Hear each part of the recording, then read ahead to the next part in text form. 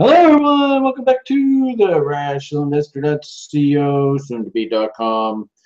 What is this? This is our broiler chicken show. We like to have fun on the weekends, kind of messing around.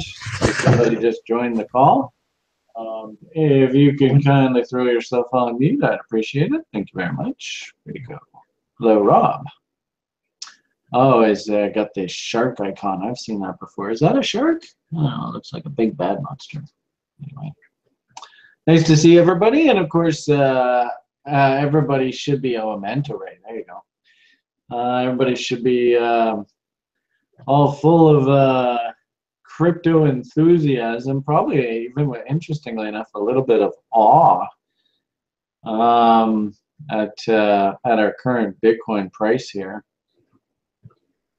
I think it's always a good idea to start these conversations off. And the Broiler Chicken Show is really supposed to be more just about us just casually interacting and chatting about what we see happening in the marketplace and looking at various crypto assets and stuff. A little bit less about the broader market, but interestingly enough, and actually I just had the chart on here. I should probably reload that. Let's see if I can find it for you here.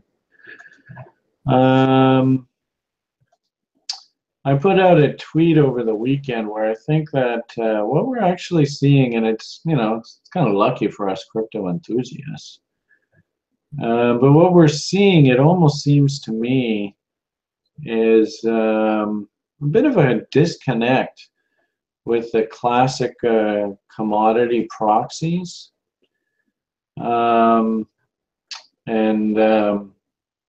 what's going on here in this market. We should understand that on balance,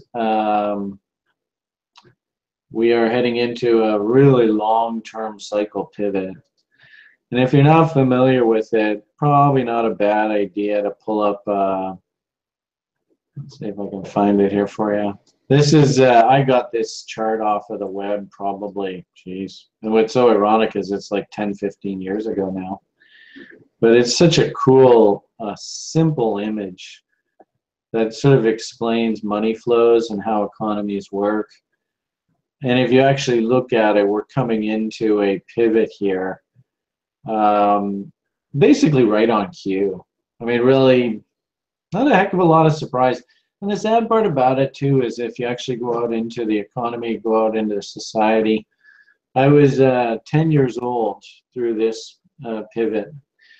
And it's weird how sort of mentally, I don't know whether you've ever done this yourself, but you go back and you think about sort of how, you have certain mental sets. And I remember my wife used to always joke, oh, you always talk about when you were 10 years old, right? That was the cliche I'd use.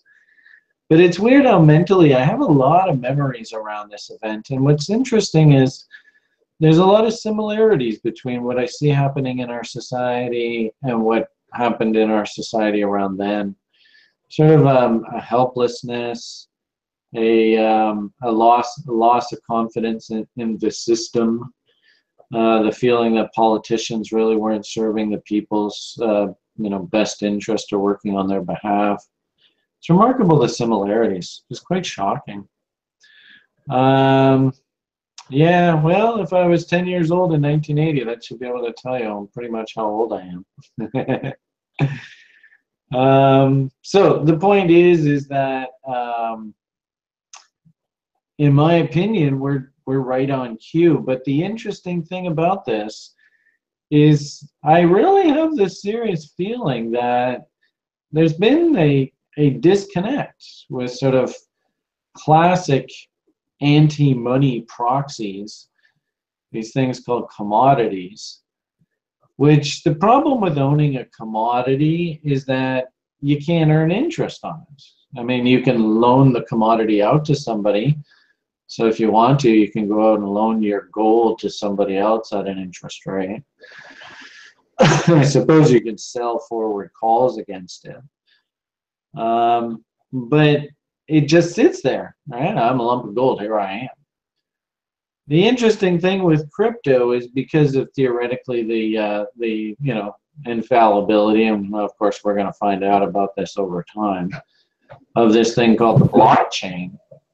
And then the utility of Bitcoins, them actually being used as, vehicles to make transactions in the marketplace, and that, the demand for that seems to be growing. It's created this funny situation where I honestly believe, to a certain degree, there's been a bit of a disconnect here. And it's, I think it's really important for people to understand, do you see the effects? And here, let's just, just for a moment, do you see the effect of Republican presidents on the US dollar? This is stuff, especially you Americans that we've got in the audience here, this is stuff you need to learn and be able to anticipate going forward in life. Like, do you see the impact that a Republican president has had on the US dollar? Anybody? I mean, this is serious. All you non-Americans are going, so what? I don't care. But seriously, right? This is serious stuff. And you will see this going forward. Well, and that's interesting there, right? Theoretically, according to history, and you can see when the US dollar bottomed before sort of this Bitcoin experiment really got going, these assets actually behaved, very similarly. What's interesting, though, is that as Bitcoin has sort of come on, you can see the commodities haven't done what they're supposed to do. And the only way you can really answer that is because of this crazy-ass thing. It's gobbling up all the money. Isn't that interesting?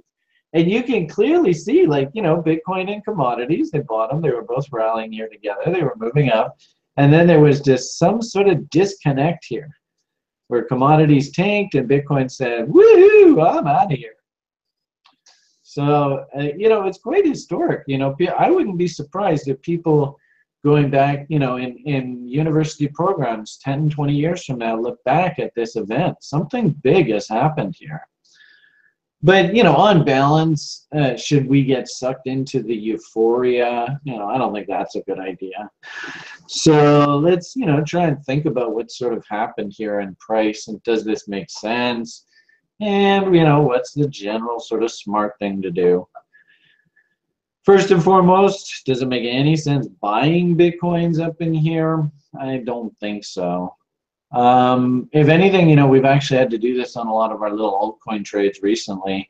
As price keeps exploring higher, you as the patient, disciplined trader, what you have to do is you just have to say, look, I can buy in reload zones. And I'm just going to simply keep dragging my reload zone tool up as we keep making new highs. So, yes, and interestingly enough, that even the difference between here or even this high here, you notice that the reload zone hasn't changed a hell of a lot. So, and if we draw our simple trend line off of the base way back here, interestingly enough, that I think is probably your long-term trend line for Bitcoin. In essence, we came down to it, lost it, recaptured it, huge battle, and then once we sort of recaptured it in earnest, woohoo! So, investors out there, it's painful. I can completely understand. But you got to let this top develop. Then you got to wait for the reload zone, which might take a couple of years to develop. And then you got to start hunting, this kind of structure again. Long, painful, slow process. The little old ladies, of course, that did wait for this long, painful, slow process, they're selling on the way up. And interestingly enough, I wouldn't be surprised if they actually get another fill-off here. But we also need to understand context, too, how far we've come. We affectionately gave this 400% range extension level off of an altcoin that did this over the winter time. We gave this 400% extension level the affectionate name Amanda's Penthouse for her participation in promoting the Dash story. And Dash basically ran up to this 400% area, flirted a bit with it, and has basically been in correction mode since. And you'll notice off of this range in the Silk Road reversal low, the Mount Gox rally peak just also happened to be 400%. And so we've been playfully distributing this chart for probably, I don't know, maybe 6 months or so, just musing about, well, if this is a very typical sort of crypto extension move, we probably ought to come up and tag this 400% level. And gee whiz, folks, I do believe that has just happened. It's quite remarkable to sit on the other side of all this and see it all play out, eh? Stunning. Off of this recent range, and I thought there was a really interesting emotional battle that developed through here. We had at the top of this range, public tweets bought a shitload of Bitcoins by guys that probably didn't really understand the risk that they were getting into. We started our school program, and initially those students were met with a big dump right off of a peak. And I actually had some students at that point going, holy crap, this is volatile stuff. Can I really handle this? What was really interesting is through that school term, we actually traded down to, at the time, was actually a very healthy 38.2 fib correction. And institutions were actually calling bottoms at this level. Turns out that was one hell of a great buy. Frankly speaking, I didn't think that this was going to happen. I really didn't think so. And if anything, I'm almost a little disappointed because maybe this is too far too fast. Is that the end of the party? I hope not. But I definitely think that she's going to start running into some serious resistance up here around this 4,000 area. And, like I said, if you had been thinking about upside objectives all the way along here, I think, if anything, probably ringing the register here is not the worst idea. As it stands right now, whoops, didn't want to move that one. As it stands right now, I think we can, believe it or not, and I know it's going to make you guys cringe, but if we do fall out of bed here, I think we could easily trade back down to, like, what is that, 2,700 bucks? Up and down like a horse drawers, eh? It's not unrealistic, and notice too that that's the tail of that candle right there. There is some unfinished business against that candle body low.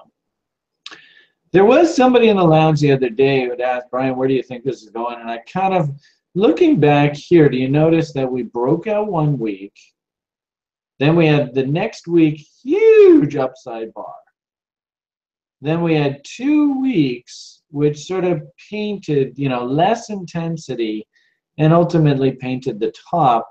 So somebody had asked, and I had just sort of mused, I got a funny feeling. Now the question ultimately is, where's your breakout week? I mean, is it way back here? And then we count 1, 2, into some sort of peak there, and is that done? Do we count here, 1, and then we have 1, 2, and then 2 more weeks to our ultimate top? But my hunch is, and I did hear somebody earlier, and I frankly speaking, think it's a good idea. I don't think it's a good, I don't think it's not a bad idea to be taking profits, and that's basically what I teach sort of the level 1ers to think about here. I think it's a bit early for us to quote unquote call a top, and I wouldn't be surprised if it's something like this where you get this big ass inertial bar, and it's going to play itself out just a little bit more. And I also think too, we're coming into the end of the summer. Really, I don't see any catalysts from now until Labor Day. And I wouldn't be surprised if this actually continues on, this sort of funny market. Maybe we actually do get some sort of exchange-traded funded listing event, which puts in some sort of top here through this next couple of weeks. That really wouldn't surprise me. Don't be in too big of a hurry to call a top here just yet.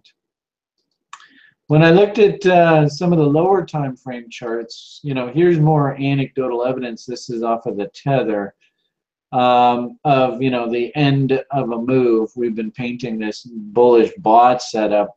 for a while now in ABCD targets, and then a nice simple trend line extension, and what a coincidence, she's just sort of sitting there. I think that's very realistic, and we also remember did this sort of funny little triple distribution.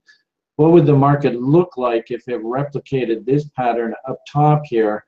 We came up with the original profile and then had this little mini profile to sort of represent this. And interesting how that's basically, you know, playing out sort of almost to expectation. If anything, what I would expect is some nice play in here to build this little mini profile. And then if we accept above, then get ready for the next leg. If we reject, then you can clearly see where the point of control is here and where value is. My hunch, the irony of it all is my hunch, you know, anybody that did sell, and this is sort of what I had been advising, is that if we did break out through the top, I'm going to look for pullbacks against the areas where I did sell previously, looking for buy signals to buy back in. And I think that's sort of how I'm looking at price right now. At the very least, we should expect some sort of consolidation here. And then a move higher, which would be like bullish bot setups. But really what I think actually would be healthy is consolidation, pullback, reload against all these old highs to set up for the ultimate move down the road. So speaking of ultimate move down the road, and again, more anecdotal evidence of sort of targets hit. RSI here on this particular time frame, the daily chart now is overbought. My hunch is we probably need to clean this up a bit. If this is the high, you can see all these trend lines and stuff. We're going to be hunting for any sort of signs of divergence off of this to consider shorts on moves down below. But for the time being, I'm still in sort of 38.2 is 3,300 bucks. Top is 4,200. She's got a pretty wide trading range sort of playground in here. I think I had posted earlier that, and actually this is off a lower time frame, when I had this off of the hourly, you can sort of see where the bears had to sort of, or the, excuse me, the bulls had to sort of temper their enthusiasm. We had this top develop, didn't really set up very well here, right? But we did have the divergence confirm on this bar here. So really, you know, bears, oh, hey, you got bear divergence, let's go hunt for shorts. So really, they've got to wait for some sort of structural signal. In fact, we had an inside bar come in here, a nice double top, and ooh, that might set up nice Hollywood Knicks, El Tangonators, those kind of things. And if anything, if you're going to be hunting 78.6s off of these highs, let's maybe see some signs of failure. They blasted it up against this to new highs. Interesting how they couldn't take it to new highs on that move. Took it to new highs again, little higher high here, so a little bit of a trappy trap, and then bam, slammed it down. So now this massive divergence is now confirmed on this down move. So if anything, I wouldn't be surprised guys like Julian would probably be even considering hunting short setups off of this range right here.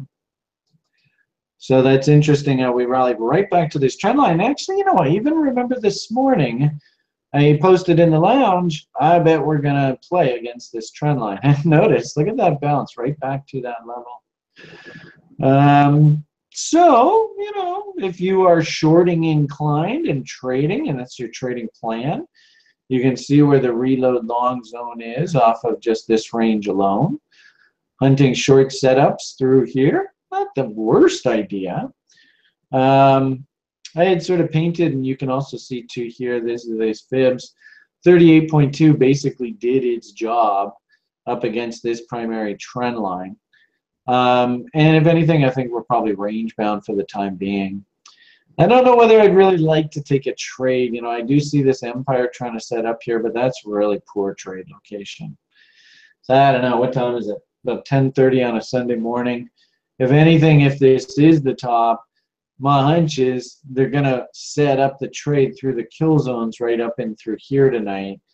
But I did notice that first thing this morning, this dump, they literally brought the market right down into this little mini reload zone, and in essence, the institutional fingerprint of this down move here, right through the New York kill zone.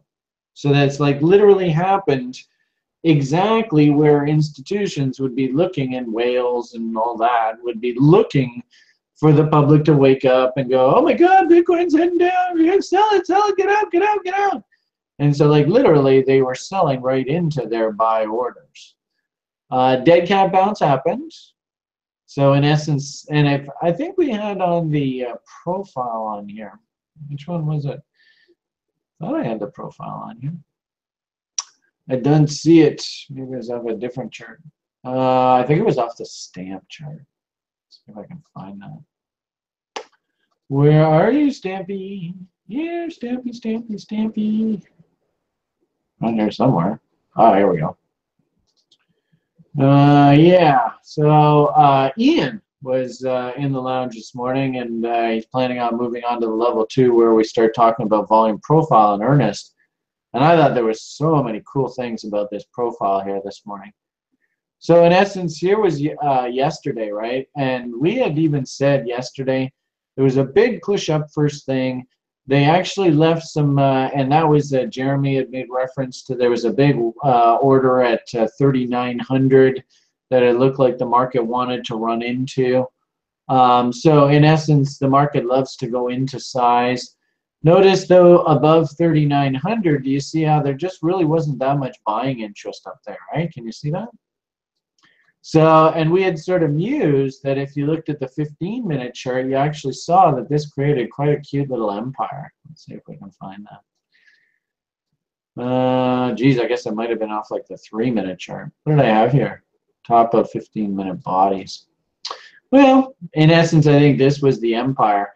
But you can see where 3,900 is. That's right there. But notice, I'll make a little note there. Right, 3,900 is right in there. But notice, not a hell of a lot of buyers up top here. And we were joking in the lounge because when you looked at this, it was like the perfectly well-defined empire off like a really lower time frame chart. And so we had kind of mused about, you know, wicks and tails like to be eaten. How is this going to play out? We should probably see some play against these candle body highs. And in essence, that's exactly what the market did, right? And these guys, were they going to be released from being trapped as bulls? In essence, the market came up, released a few of these little guys down below, but then went, see you later. And I'm sure a lot of these guys on seeing this went, oh crap, just get me the hell out of there. So also too, really great example of a wash of value. So up here, above value, not that many buyers. Market comes back down to the POC, rallies back up. You can probably see the reload zone. You can see it's the top of value here, right up in this area, right? Craps out, and look how it just raced right down to value low, right? And then stopped on a dime. Really great example of that. Then inside bar, reversal head higher. So the point here is this became a really important level going forward. Because in essence, all these trap bulls were trapped in there. Remember Mr. 3,900?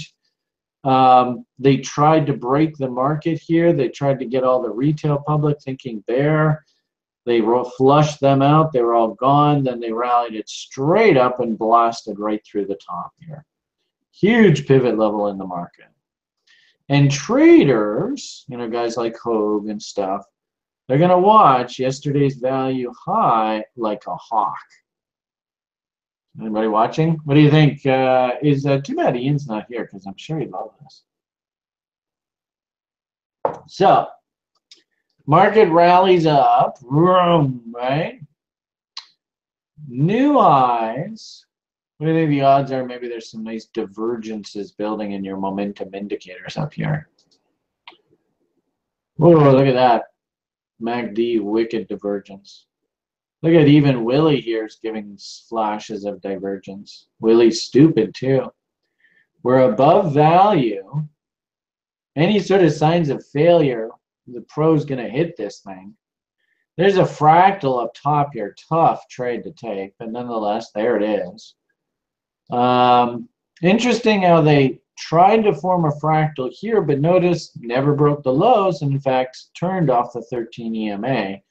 This one here, notice how the fractal fired right there, right at 13 EMA, opened up, went, okay, do I want to be in it? No, okay, dump, right? And just dumped. And interesting how the post dump was nothing more than a test of the 13 EMA from the other side.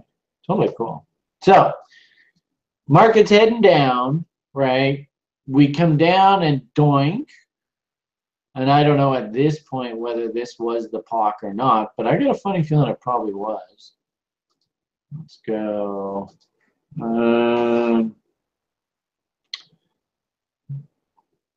do I want to do here? I want to go volume profile. I want to go fixed range. So let's see where the POC was. Up here. Ah, it was.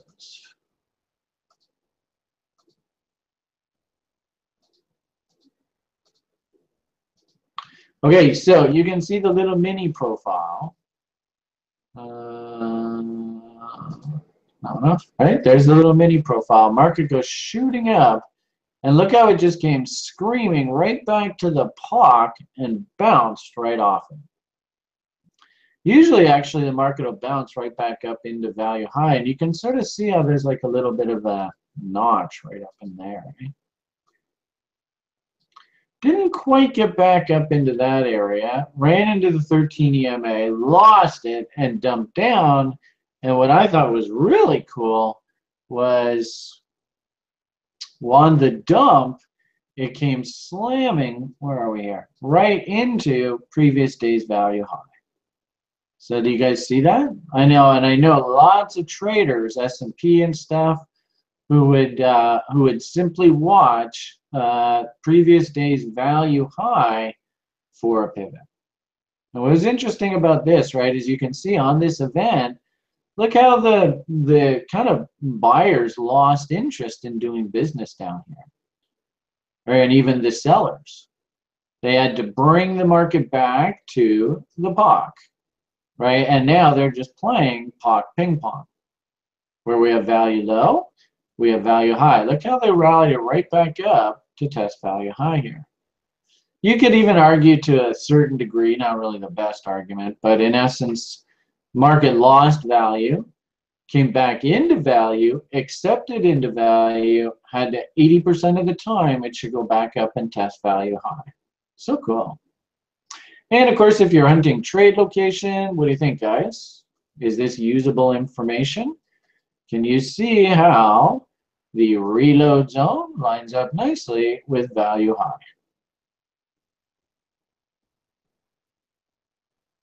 Do you see how you could use this to help you become a better trader? Well, you know, that's what this is all about.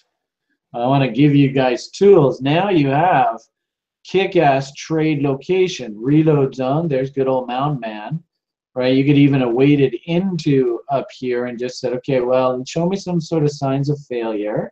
You got a nice inside bar reversal there you could have taken if you wanted to go off of that time frame. You could simply short against these highs because we're in reload zone. You got a risk to new highs. But the long and short of it here is fibs plus profile equals sick-ass trade location. Great tools, man. Learn it, live it, love it. Okay, I really wanted to talk to you a little bit about that today. I thought that was such a cool chart. And understand, I'm okay with the market playing in a fairly wide playground right now. Right, and if anything, I don't know whether I really want to get too sucked into doing any quote-unquote trading just yet. I think that we're still exploring the tops. We hit a significant bullish objective If anything, what I'd really like to do is just let the market settle down a little bit here. And speaking of settling down, it's probably a good idea for us to talk a little bit about the crazy altcoins. If anything, it's interesting that we have this chart on the screen in particular. There's one gentleman on the site who is a bit concerned about, trading this particular coin and missing out on the rally and stuff. And I think it's really important the way that you get rid of those anxieties is you actually define ahead of time what it is that's going to make you act in the marketplace. This coin in particular is having a very good rally. Unfortunately for a trader who trades setups, it's sometimes difficult when the market doesn't cooperate and it doesn't set the trade up based on the type of setups that you've defined in your trading plan. It's a tough exercise in patience and discipline. We do try to operate here under the premise that you're not going to get every bull market. You're not going to get every bear market. But because we trade setups, really what we're looking for is just simply the next opportunity to come along. The next opportunity to come along. And what I've actually found in my own personal experience is at the moment, the one setup seems like it's the whole world.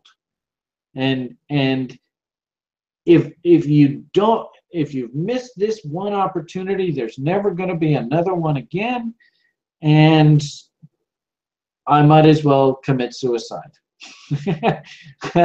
I've actually, seen people to the extremes where they're just thinking complete, it's almost like, well, it's just a trade.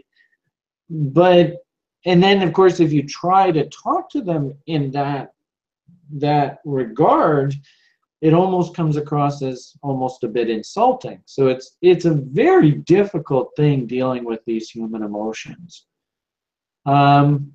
I guess I've gotten to the point where, to a certain degree, I'm almost a little bit jaded.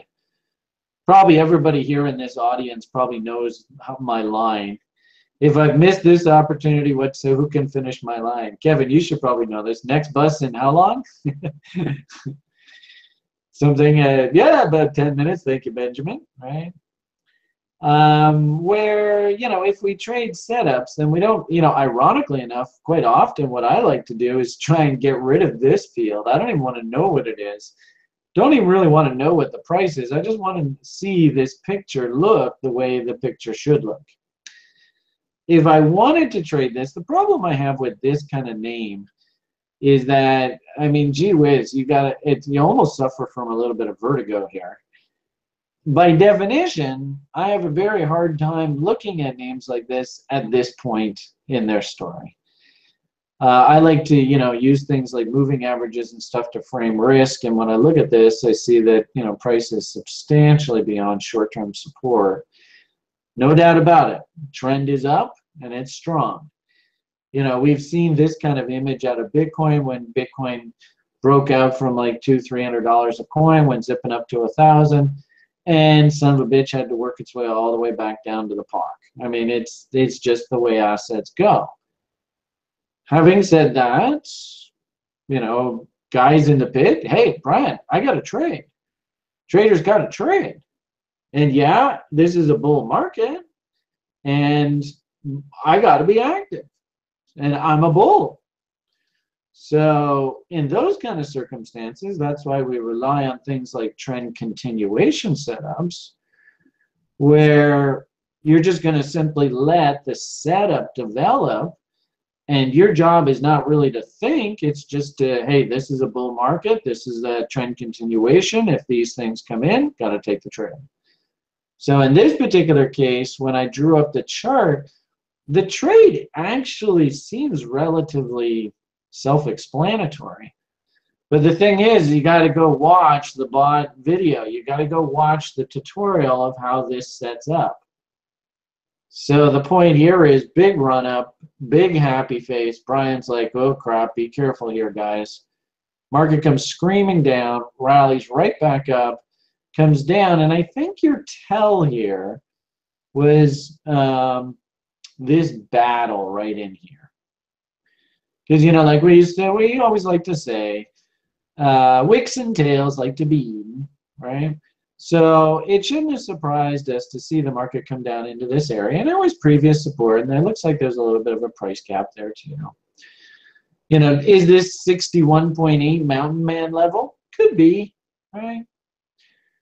But the point here is the market started speaking to us, especially off of this 2-bar reversal here, when we didn't leave any tails. We had like sort of firm body lows. One could look at this volume profile and go, oh boy, you're hunting longs here. Oh boy, that's scary stuff. And you know, the interesting thing, we often used to joke about this in the pits, is I would sometimes see bots set up, you know, like I said, I would be long and Mountain Man would be short, right? I could very easily see a situation where Mountain is short off of, say, that tag right there. He's looking for more down. And good old Brian is long his bot from there, right? Probably that double bottom there. And we just sit in the lounge and go, all right, who's right? Who's going to win? Who's going to lose? You know, you just don't know as traders. And so, and you know, as you know, Mountain would probably look at the profile and go, I totally think we're going to go down and fill in the profile. Whoops, that's not the one I wanted. We're going to go in and fill in this notch and trade back down to this the POC here and key support. And you just don't know. And this is the weird thing, you know, and I made reference to this the other day in that Mark Douglas video. Did anybody watch that video? The whole thing, and specifically minute 34, second 34. Well, in Crypto Bob, I think it's a good idea that you go and watch Mr. Douglas's video. Because he even specifically says, and really I can't say it any better, and obviously he has a much longer track record than I do, so if you don't believe me, believe him. But on any particular trade, any particular setup that you take, there is no way of guaranteeing whether you're going to win or lose on the setup. There is no way possible. And really, every single trade, every single setup is completely unique and different and has its own fundamental criteria, either helping, you know, validating your setup. There's just no way that you can be 100% guaranteed. It's just, we are statisticians at best. And here's a great example where we could have looked back in hindsight, the market melted down and Mountain says, look at this, was a perfect Mountain Man tag off a double M top, you should have been short. Then you go, okay, great Mountain, way to go. Did you book your 2-to-1 risk reward? Yep, I'm better than that, whatever. At the same time, Brian takes his bot setup and follows his plan, and in essence now stop to trailing level has been hit, so he's going to start locking in profits. Absolutely no way of knowing whether his setup is going to work or not.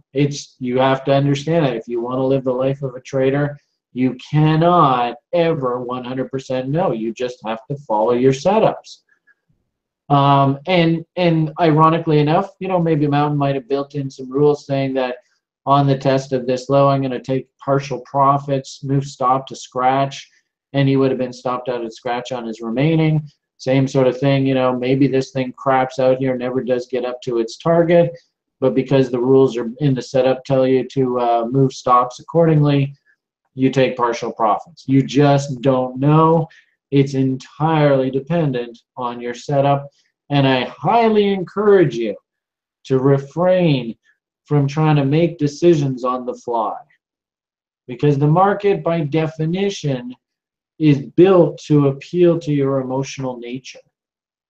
And I think, you know, if anything, anybody who's taken a long, say up here, just based on the, hey, FOMO, this thing's going to the moon, the market is punishing them as we speak right now. It's imperative that you follow setups. And so, you know, speaking specifically to that gentleman this morning, we can have an opinion about the market moving up, the market moving down, whatever. If you're sitting right here and you pull up your bot setup and it says that you have to go long here, and we're sitting here, then unfortunately I can't do anything. I've missed the setup. It's come and gone.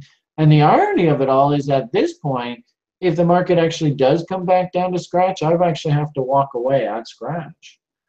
So quite often, we as traders are put in the position that, fudge, I didn't pull the trigger when my setup told me to pull it.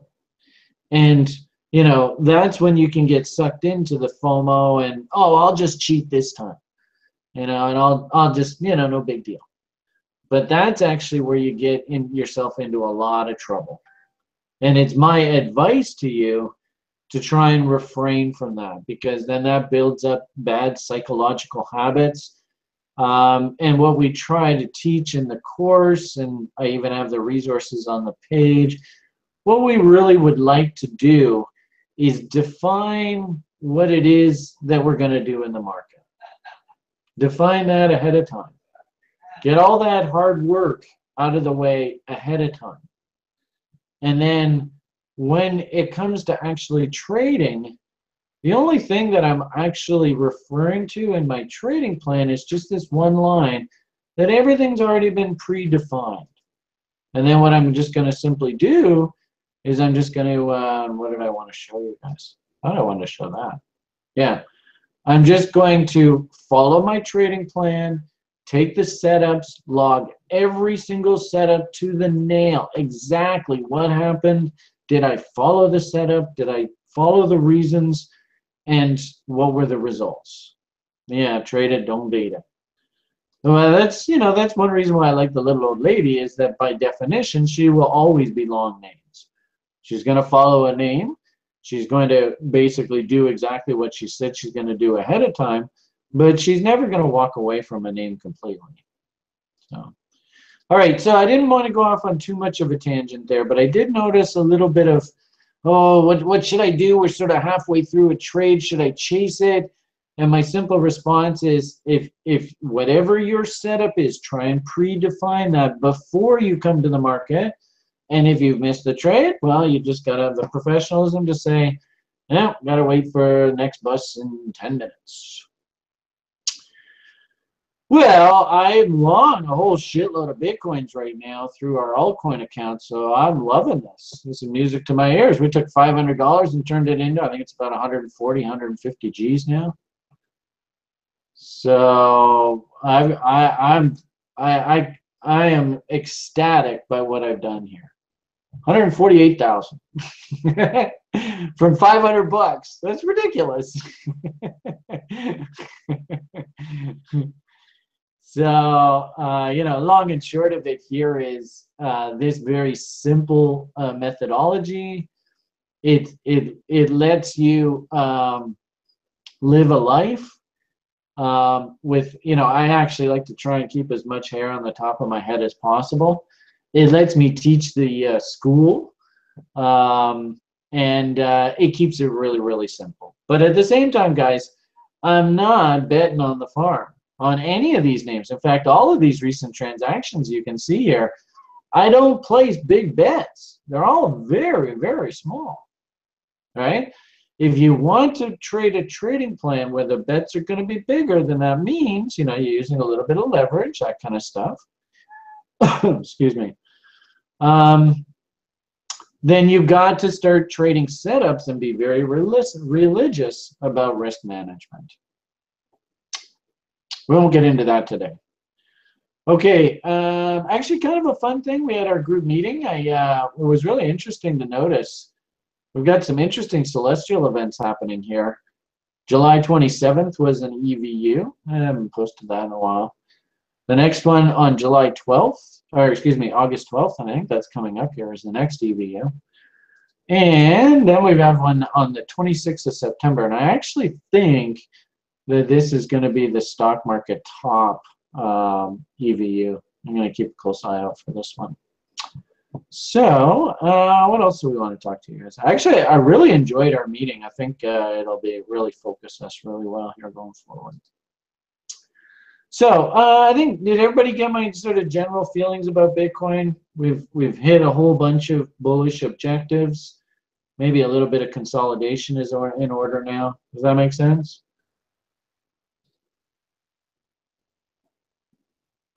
Daniel, awesome. Altcoins, obviously, I think if anything, this NEO is an interesting character. It's coming up to another bullish objective here. As I said, off the higher time frame, way too late for me to participate in this. Great story, and everybody who's long, hats off, way to go, rock on. Woohoo, party! Higher highs and higher lows define the bull market. Most of the altcoins are getting their asses kicked today.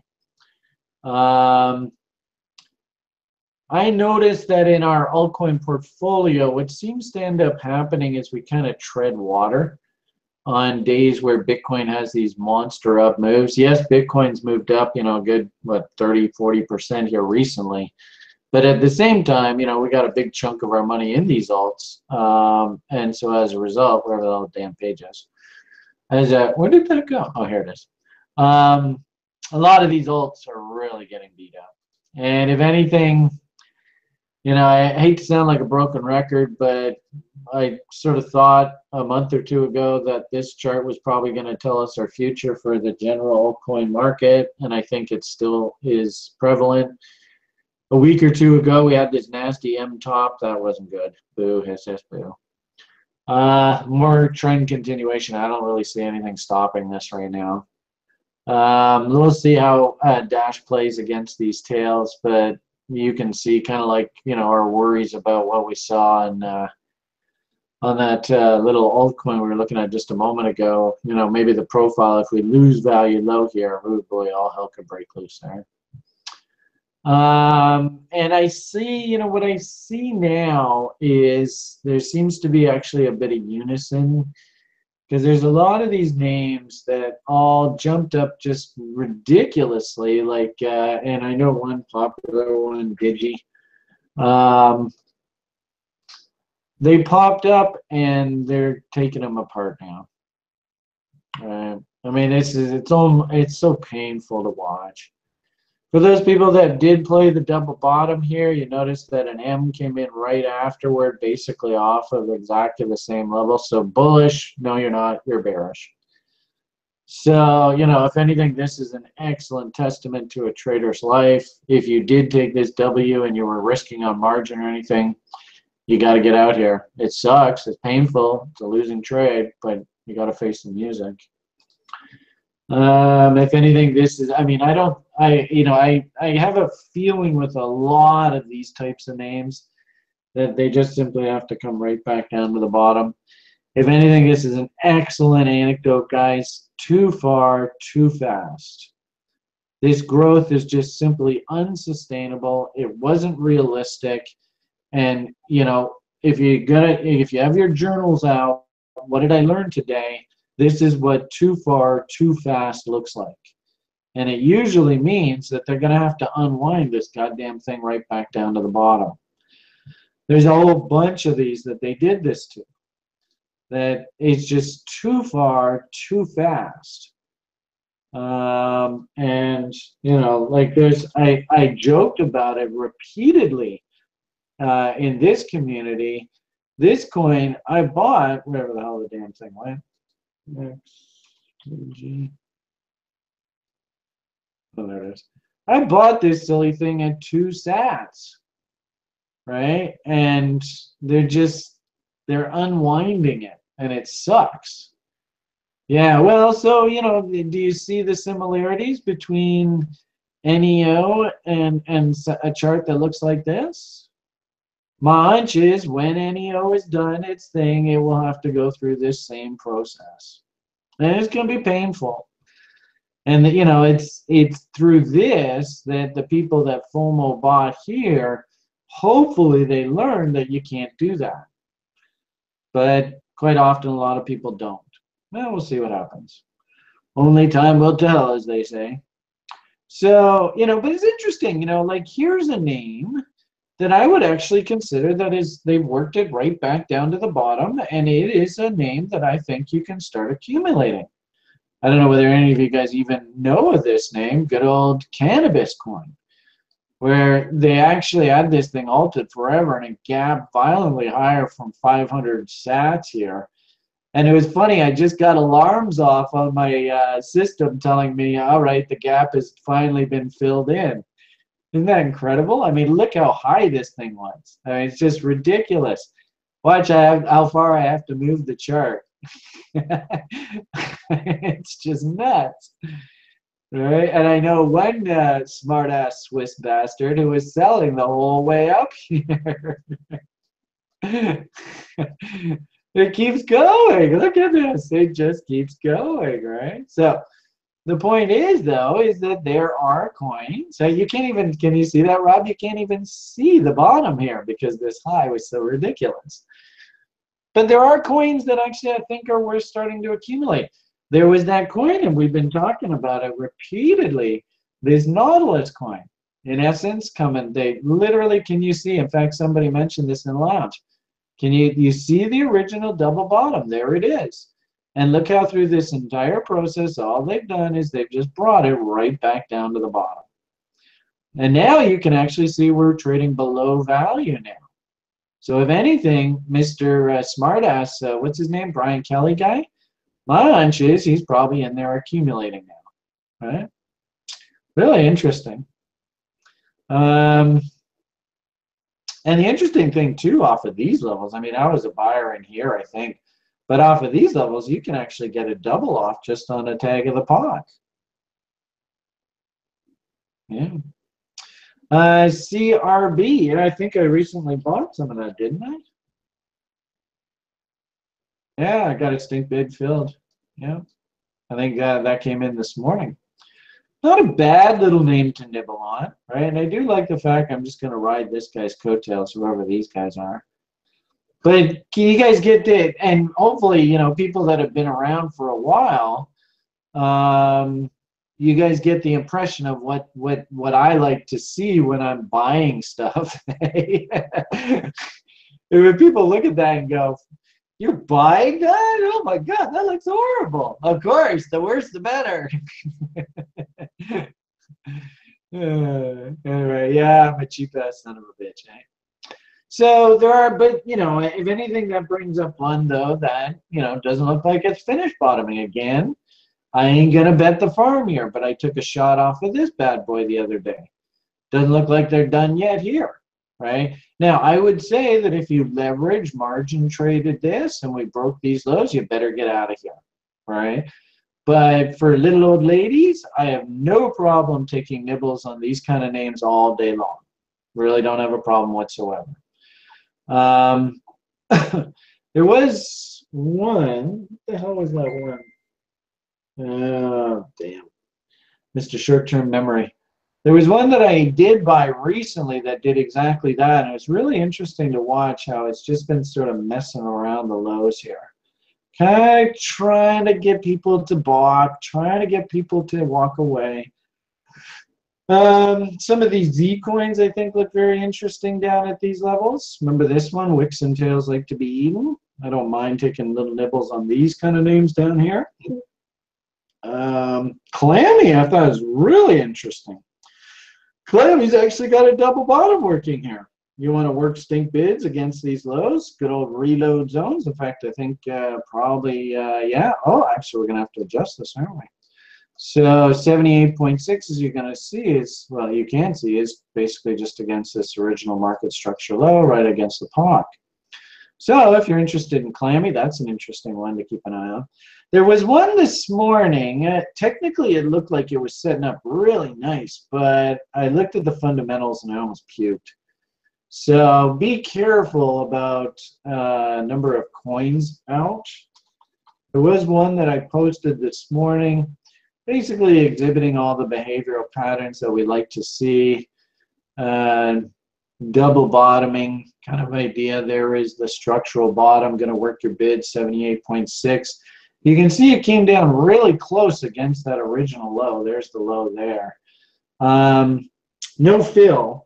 Then I went and I actually looked at coin market cap and I went, oh boy, maybe not.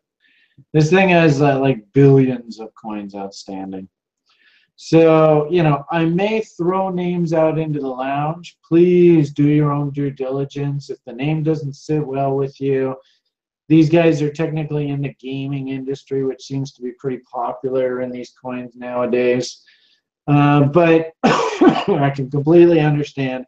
You looked at the number of coins out and went, you know what, I think I'll pass. Totally acceptable. And I looked at the number of coins and I went, you know what, maybe I'll hold off on that thing. NLG is a good example of one that I recently did some nibbling on. Doesn't look like they're finished just yet, but I do like the idea of being a buyer down in here. I don't mind this at all. This looks like it could have to do a bit more pain. We're now below value, so interesting to see how the price action acts. But I don't mind little old ladies taking nibbles down in here every day of the week. That's fine by me.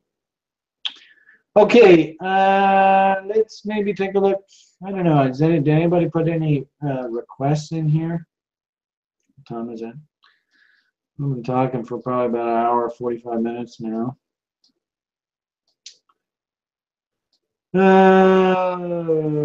Okay, AMP and MAID look juicy. Yeah, AMP got beat up though. If anything, AMP is a good example of one of those spring names that still needs to clean up. Lows just didn't hold. You can see the fight going on here like crazy. Interesting below value though. There aren't that many sellers. But you know, we had this recent bottom that we took a stab off of. You can see that that failed. But interesting how they brought the market right back to that level. On balance, am I comfortable owning AMP down in this area? Absolutely. Perfectly fine by me. If it has to take the next 3 or 4 months here through this seasonal shitty time of year to sort of play against these lows and ultimately find the bottom, I'm perfectly okay with that.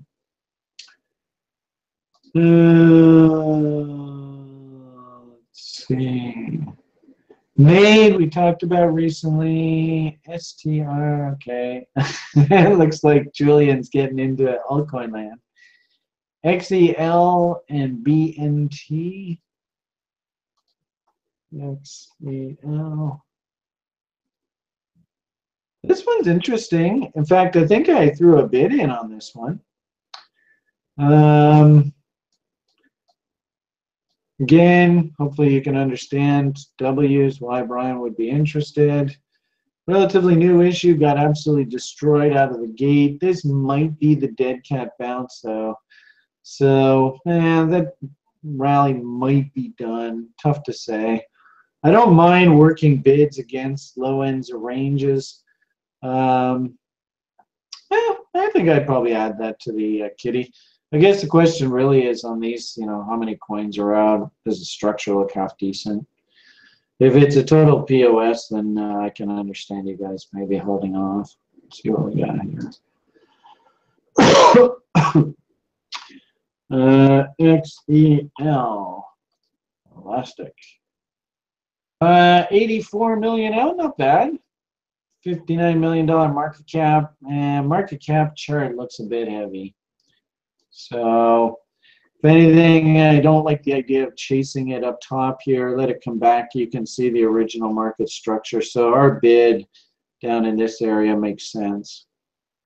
So, I think, if anything, we want to let this thing come back down to this original bottom here. That's probably where value is. So, I don't mind adding that. Not too heavy. Not too many coins out. But, you know, again, I'm not going to be betting the farm.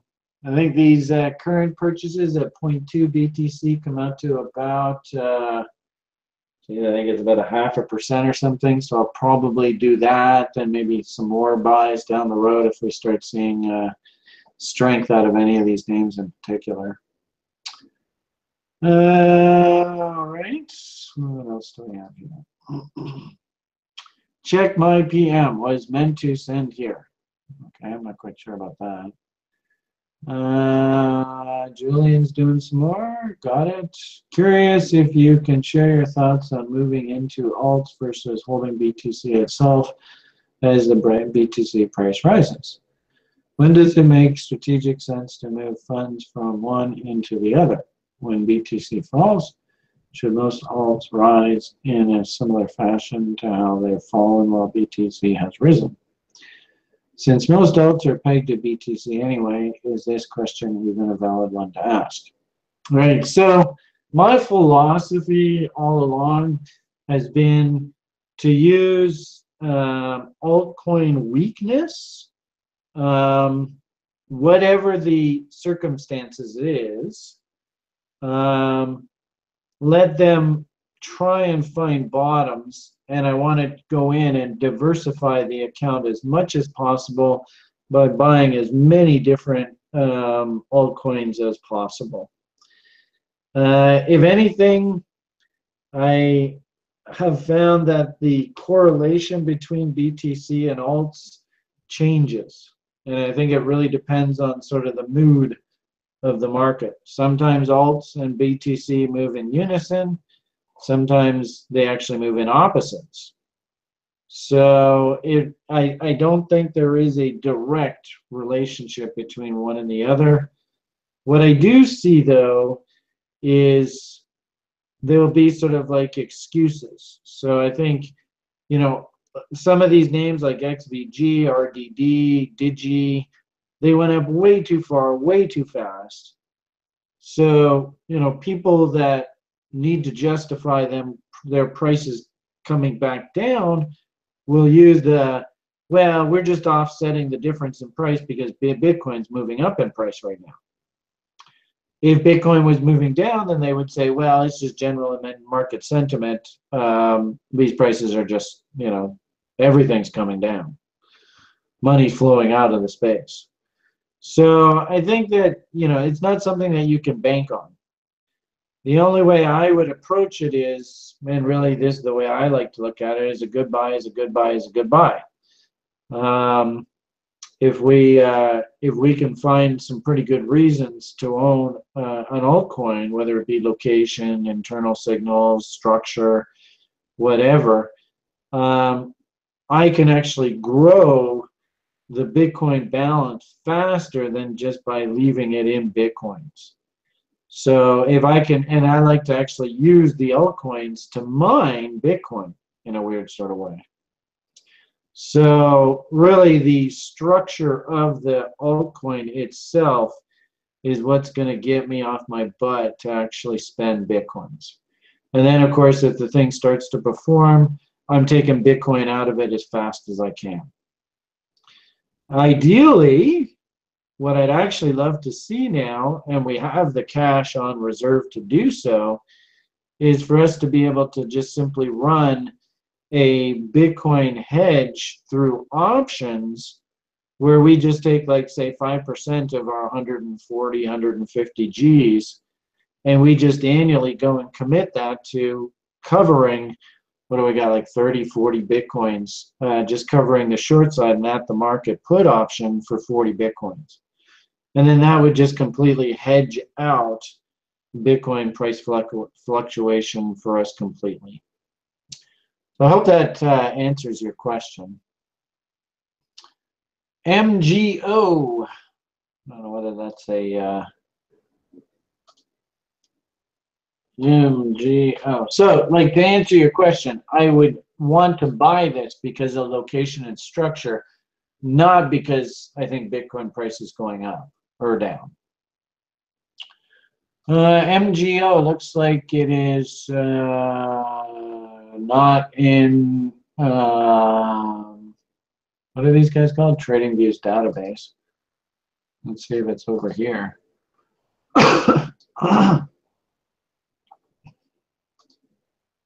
MGO. Cryptopia. Good quality exchange. So I heard the other day people were saying that Coinigy now is fully integrated with Cryptopia. So that should put a smile on some of your guys' faces. I think you can see the cute little double bottom here, but keep in mind, guys, this is venture capital, and this is like the ultimate sort of spec exchange. So don't, rely heavily on chart patterns here. If anything, hunt your levels, right? I think this is the top end of the range. This is clearly the bottom end of the range. It makes sense why buys down at the bottom end of the range are probably working. It's got a better chart. I have no idea who these guys are. Looks like motivated sellers here. Keep in mind too that it's probably tough to find any altcoins that are doing half decent right now. There are a few, but not many. If anything, it looks to me like this thing's trying to find a bottom. This could be a long, slow, painful process. Yeah, I heard that NEO is doing something today. But do I have any clear, quote-unquote, buy signals here? No. And the fact that it's made, if anything, it looked like it really tried to put in some sort of bottom here. The fact that it lost that area, that looks pretty tough.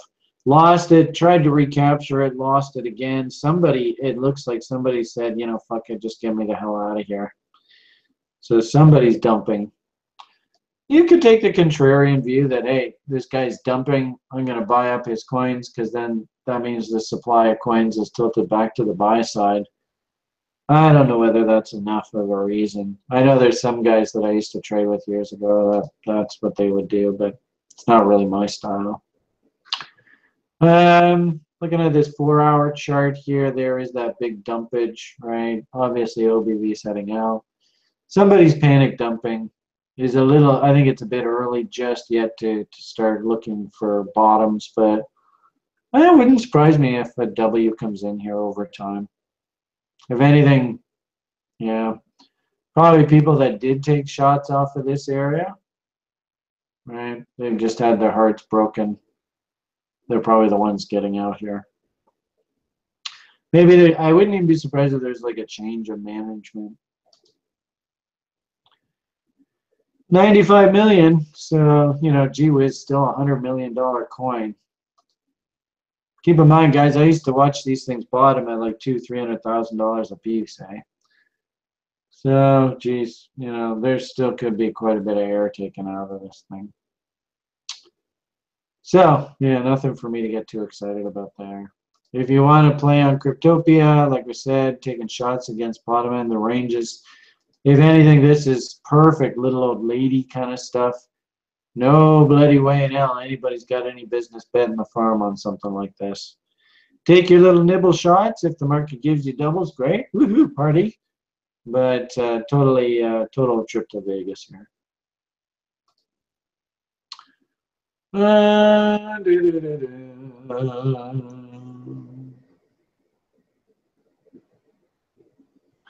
All right, so Bob's added something to the conversation there. NMR is looking promising.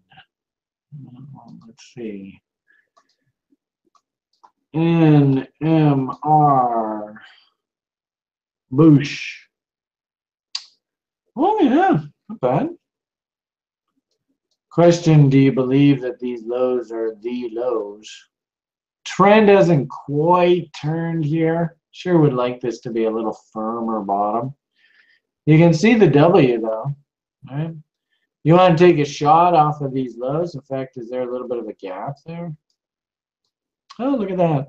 If anything, here's a fantastic analogy of price gaps. I don't know whether we filled this in yet or not. Usually the top of the gap and the bottom of the gap are going to be support and resistance. Do they fill in the gap? Have they filled it in? So look at that. Very interesting. They brought the market right down to the top of the gap, but they didn't fill the gap in. And this is exactly what they call a dead cat bounce. My hunch is they have to come down, fill it. Look how they left a notch right there. So my hunch is they have to come down, fill in this gap. But that's not a bad area to take your shot, right? In fact, if anything, I think there's probably just a shitload of buy orders just sitting, waiting to buy this thing off this double bottom here. So a very interesting level there. That gap's been filled in. Yeah. So whoever mentioned this, really, really interesting level. Maybe just let this thing play down in here, work some stink bids against these lows. Not a bad name. The daily chart doesn't look like it's quite. Actually, this is the one that I was thinking about earlier. Yeah, I remember this one. And this actually is a great example of, Brian, because I did go in and I bought some against these lows originally. I think I bought some like a month or two ago. And here's a fantastic example where you can see ultimately the fight is still waging here. This is a wicked battle. So, yeah, I think I remember this. I think this is the one that I wanted to refer to earlier, where it's just a fantastic example where, if you're going to work your bids and have decent levels, you may not have the exact bottom, but you ultimately often see, I've seen it happen time and time again, where the market ultimately does bottom off of this sort of bottom-y type range. They just need to explore these lows a little bit more. What I often see, and it drives you crazy, is you can see how they put this W in here.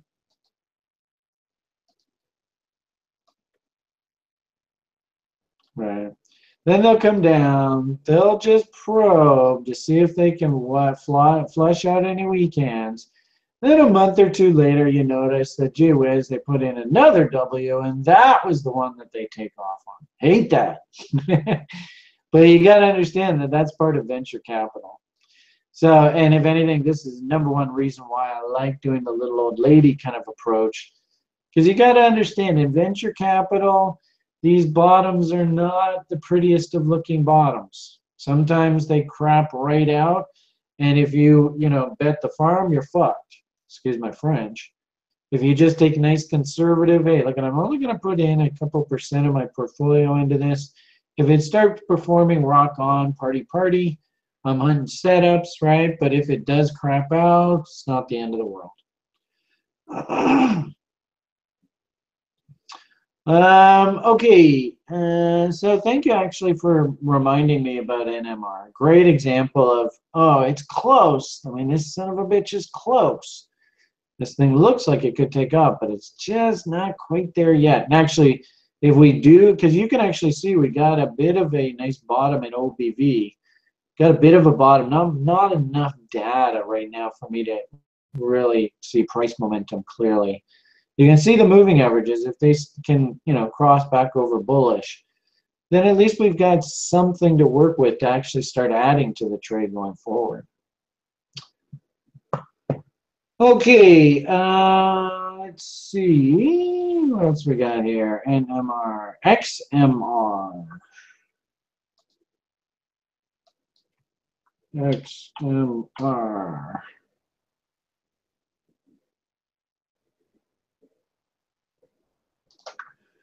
All right. Oh boy, more trouble. Yeah, oh boy. Yeah. Yeah, this is going to be tough for a while. I mean, long and short of it here is can't really justify buying. I could maybe see bot setups for trend continuations, but unlike that one that was mentioned earlier, this one's crapped out. And if you were long, you better get the frig out of there. Wide MUOC here. Lots of lows to explore down below. M top now working, so be careful. If anything, maybe we might, if you're lucky, get a nice little counter trend rally back into moving average resistance levels here to hop off. But nothing on the buy side for me just as of yet. It's going to be a while there. Unfortunately, that one's fairly easy. It's just, yep, nothing to do. XEL.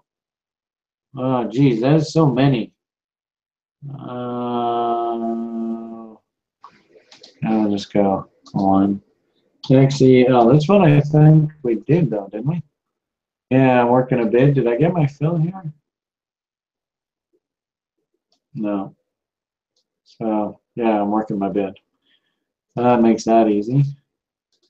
OMG. This one's gone crazy recently. OMG. All right. Well, I mean, you can see where the W's are. It's pretty self-evident. I can't really touch it here. The good thing for the bulls is higher highs and higher lows defines a bull market. Money's still flowing into this thing. Maybe you can hunt a bot, boobity boo, right off of that level there. This is kind of like that one that we were just looking at, right? NEO, right? Unfortunately, value players, this is where you had to be interested, right? Up here, you're way, way too late to the party. So, you know, hunt your bots if you want to look for trend continuation, but for the time being, I would refrain from participating. Maybe there to there. It's kind of tough to see. There to there.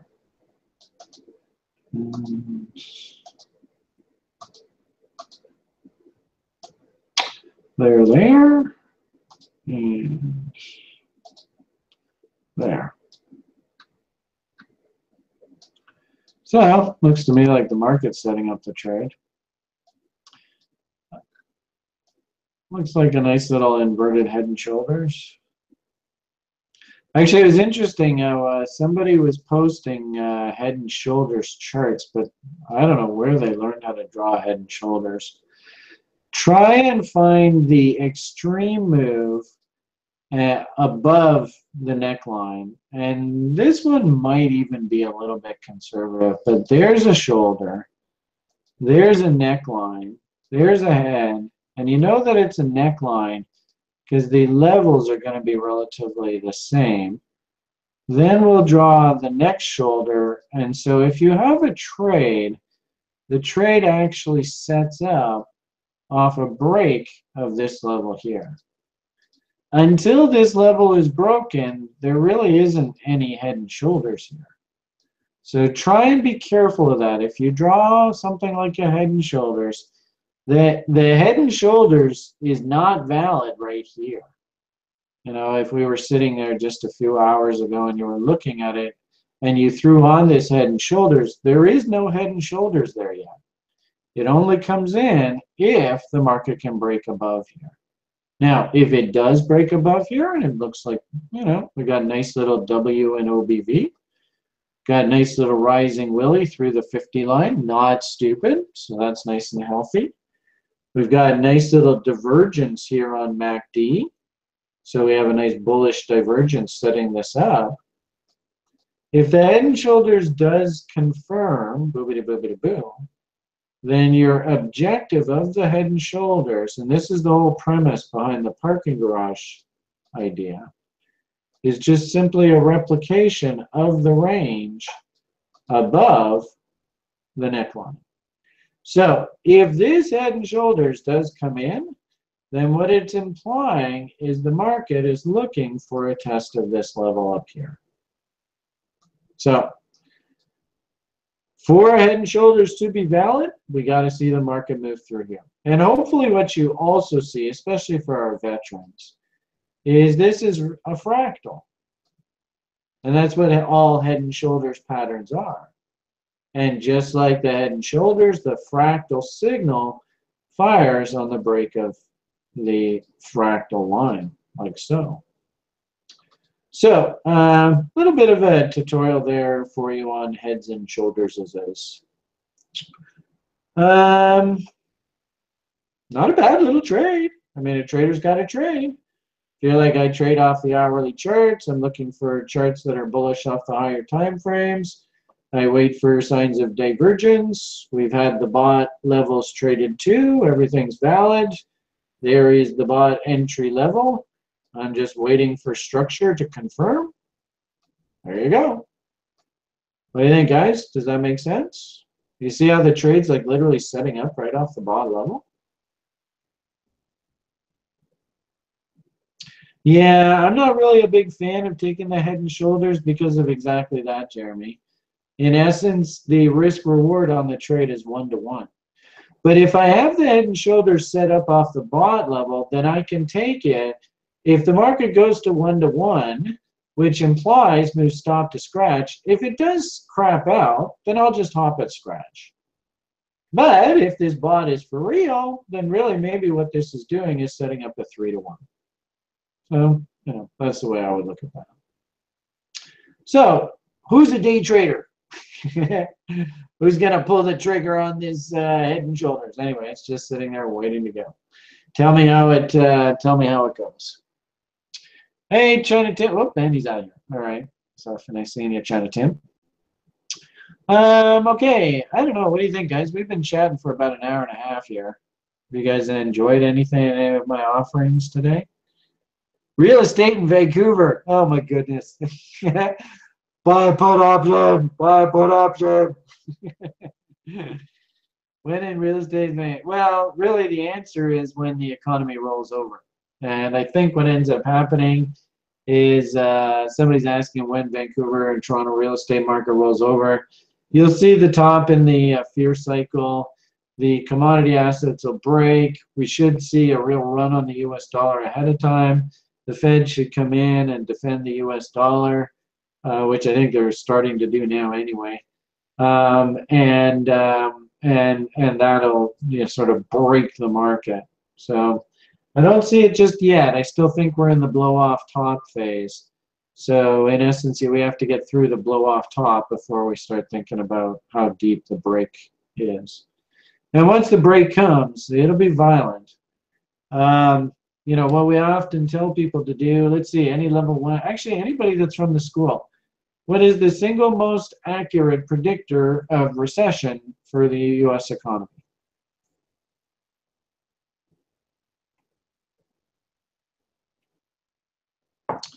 Yield curve! Only 2 of my veterans got that.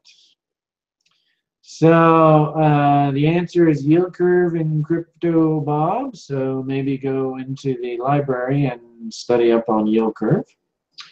And really the bottom line here is yield curve right now is not inverted. So I don't think we have to worry just yet. Where are we here? U.S. dynamic yield curve. Don't have to worry about recession just yet. So I don't think the bubble just pops just yet. As soon as this thing goes inverted, then within 6 months, we should see all hell break loose. Okay, why don't we leave it at that for today? You guys have yourselves an awesome rest of your day. All the best, and bye for now.